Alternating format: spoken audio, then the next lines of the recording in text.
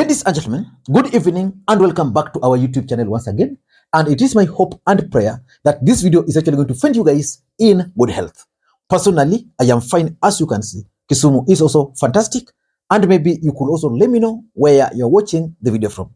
The county or the country, in case you are out of the republic. Ladies and gentlemen, last week, Moses Kuria bumped into two friends, Raila Odinga and Stephen Kalonzo Musyoka. Today again, Moses Kuria bumped or met with Maina Njenga. And just like I keep on telling you on this platform, in politics, nothing happens out of mere coincidence.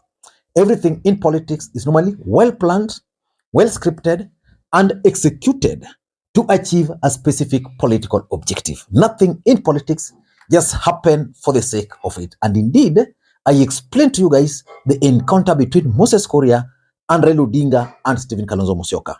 And there is no way Moses Kuria can just be bumping or meeting with Azimio leaders. The truth of the matter is that in the course of the week, I am 100% sure that Moses Kuria must have bumped into other Kenya Kwanza leaders. But why is he not sharing those encounters? It's because his encounters with Azimio leaders, that is Raila, Kalonzo, and Maina Njenga, are significant politically speaking. So in this video, I want to explain to you guys the encounter between Moses Kuria and Maina Njenga and the objective of that particular meeting. First of all, let us look at the significance of that particular meeting, because according to the information we have, the two met in one of the media houses. Moses Kuria today addressed the Kikuyu nation. And I don't know where Maina Njenga was, but they met in one of the media houses. That's where the encounter occurred. That encounter, in my view, is significant politically speaking for several reasons. By the way, before we do that, in case you are watching this channel for the first time, take a second or two, click that subscribe button so that next time we produce a video like this, YouTube will automatically notify you. And to the subscribers, I want to continue thanking you guys for your continued support, because without that support, this channel cannot be where it is. Ladies and gentlemen, without any further ado, allow me to explain to you guys the significance of this meeting before I give you the objective that it was intended to achieve. The first significance of this meeting is that the meeting is coming just a few days after Moses Kuria had bumped into Raila and Kalonzo. So if Moses Kuria were honest, he would have told us that in the course of the week, I also met so-and-so from Kenya Kwanza. Remember, Maina Njenga currently is one of the principals in Azimio. Kalonzo is a principal in Azimio. Raila Odinga is a principal in Azimio. And those are the people Moses Kuria chose to share their photos. Number two, this encounter between Moses Kuria and Maina Njenga is actually coming at a time when Rigathi Gachagua had actually refused to meet with Maina Njenga. I remember during a funeral somewhere in, was it in Nyeri or Nyandarua? Maina Njenga had requested for unity and a meeting between Rigathi Gachagua, himself, and Uhuru Kenyatta. I remember Rigathi Gachagua telling him off, so it's significant. Nafikiri ile ningesema sana, nyinyi watu wa Kenya Kwanza mmechukua serikali, na si nyinyi mmechukua, tunachukua sisi zote. So hata sisi mwache kutusukuma sana, hata kutumia askari hata saa 7 ya usiku, saa 8. Sima mambo ni kujadiliana. Tuiteni, tukae chini pamoja na nyinyi. We are ready to listen to you. We are ready to agree with what you are saying, as long as we are going forward with one nation. In Jesus' name. Biblia inasema hivi, in the book of Isaiah chapter 1 verse 18 to 19, come and let us listen together. Na sisi tuko tayari kusikizana. Gavana wetu Mutahi yako hapa, Namba Dirisha yuko hapa, Kata Wangoko huyo na ngoko zake. Sisi tuko tayari kushikana mikono na tusalimiane kama vile kina Raila na wengine wanasalimia. We cannot have any discussion with an outlawed criminal gang. We can't. First, they must denounce violence. If they denounce violence, they denounce the criminal gang, we can have a discussion. Because just the other day, we saw the friction between Moses Kuria and Rigathi Gachagua. So the encounter between the two, in my view, is significant. The meeting is also significant because of Maina Njenga's emerging factor in Mount Kenya politics. Maina Njenga is today in the Republic of Kenya a major factor in Mount Kenya politics. It is rumored that there's even the possibility that Maina Njenga can actually become a kingpin. He has actually declared himself the Mount Kenya spokesperson. And therefore, the meeting between him, Moses Kuria, is also significant because Moses Kuria also wants to be Mount Kenya kingpin. And of course, this meeting is also significant because it's also coming at a time when Maina Njenga is actually working very closely with Uhuru Kenyatta. I want to take you back a bit. Why do you think Uhuru Kenyatta was taken to The Hague? Because of Mungiki. Uhuru Kenyatta was accused of funding Mungiki at those time.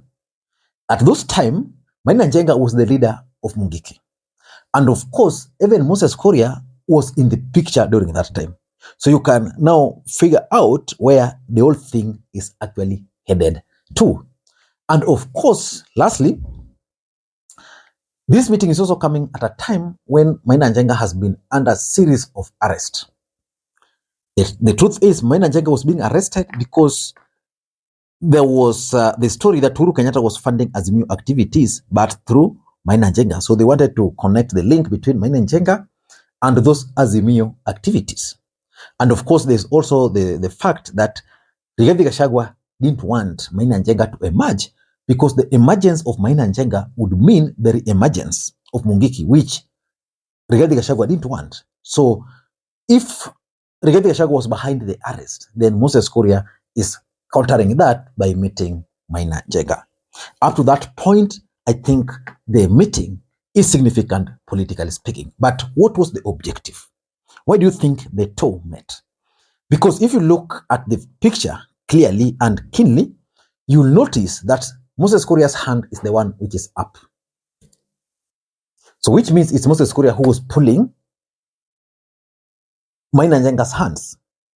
So which means Moses Kuria actually posed for a photo with the chairman. So that's also significant. In politics, those things, those small things are very, very important. And that's why I always encourage you guys, if you continue watching the videos, but you are not yet subscribed, like many of you guys, please just find it okay to press that thumbs up button so that next time we produce a video like this, YouTube will automatically notify you. And of course, allow me to also thank the following people. You are seeing their names on the screen there for the coffee which I received earlier today. Thank you so much. It goes in a long way in supporting the channel. You can also do the same using the numbers you are seeing on the screen. A cup of coffee is only 200 bob, but you can do more. Ladies and gentlemen, what was the objective of this meeting? Or why do you think Moses Kuria shared those photos? Number one, in my view, and I strongly believe that is what is going to happen.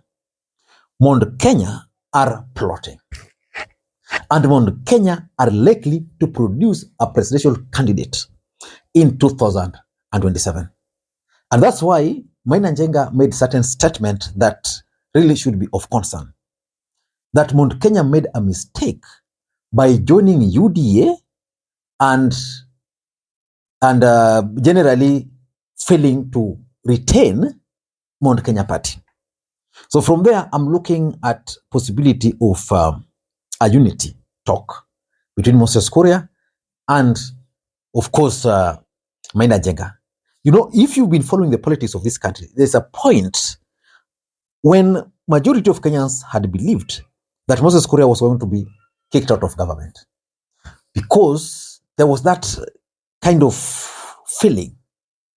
Yeah, but of course, he's not been kicked out. He was just moved to another ministry. And I'm told during his interview in one of those vernacular stations, he explained that he was not really demoted, that he was actually promoted.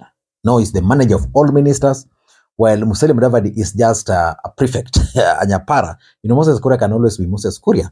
So I tend to think that Moses Kuria is working very closely with Maina Njenga as his fallback, so that in case there's going to be a possibility of a betrayal, because in politics you have only two constants: the constant of betrayal and the constant of interest. The moment Moses Kuria's interest and those of Ruto's interest will not converge, Moses Kuria is likely to team up with Maina Njenga, and they'll definitely support a presidential candidate from the mountain.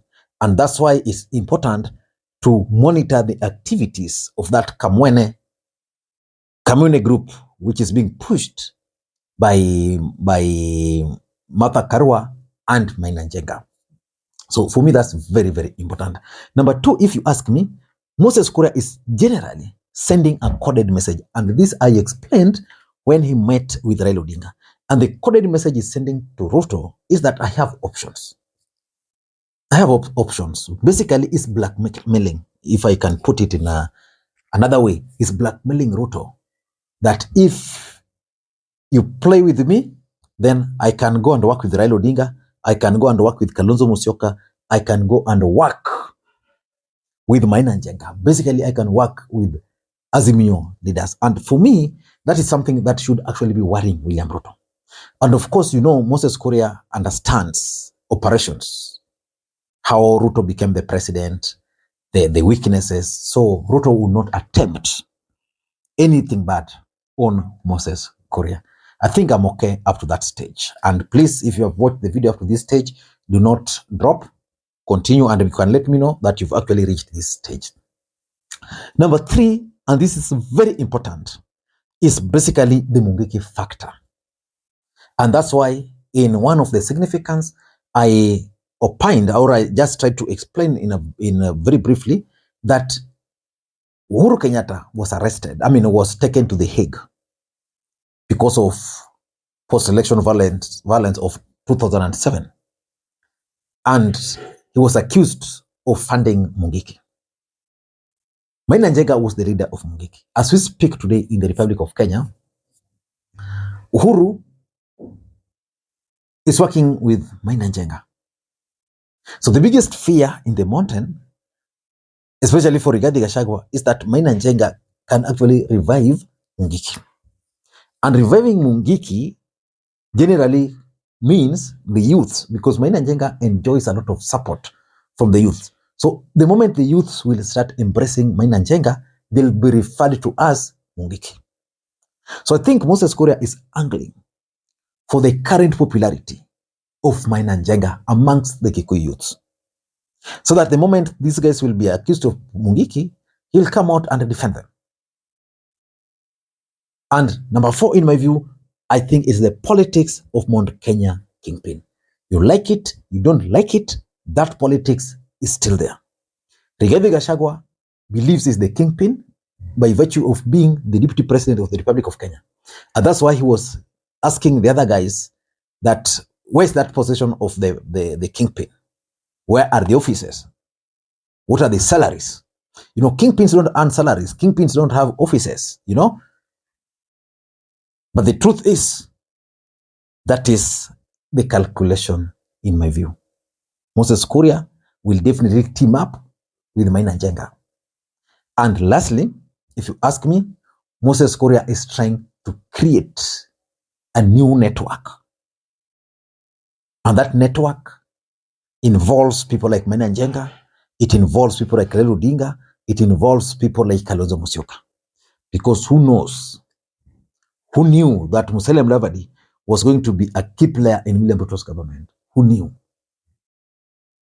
You might not predict, and you cannot rule out the possibility of Moses Kuria playing a key role in Azimio in 2027. Until next time, this is Lee Makwiny. Remember, by the way, the meeting also came at a time when Rigathi Gachagua had mobilized over 30 members of parliament to Kiambu. Kiambu is the home county of Uhuru Kenyatta, the home county of Moses Kuria.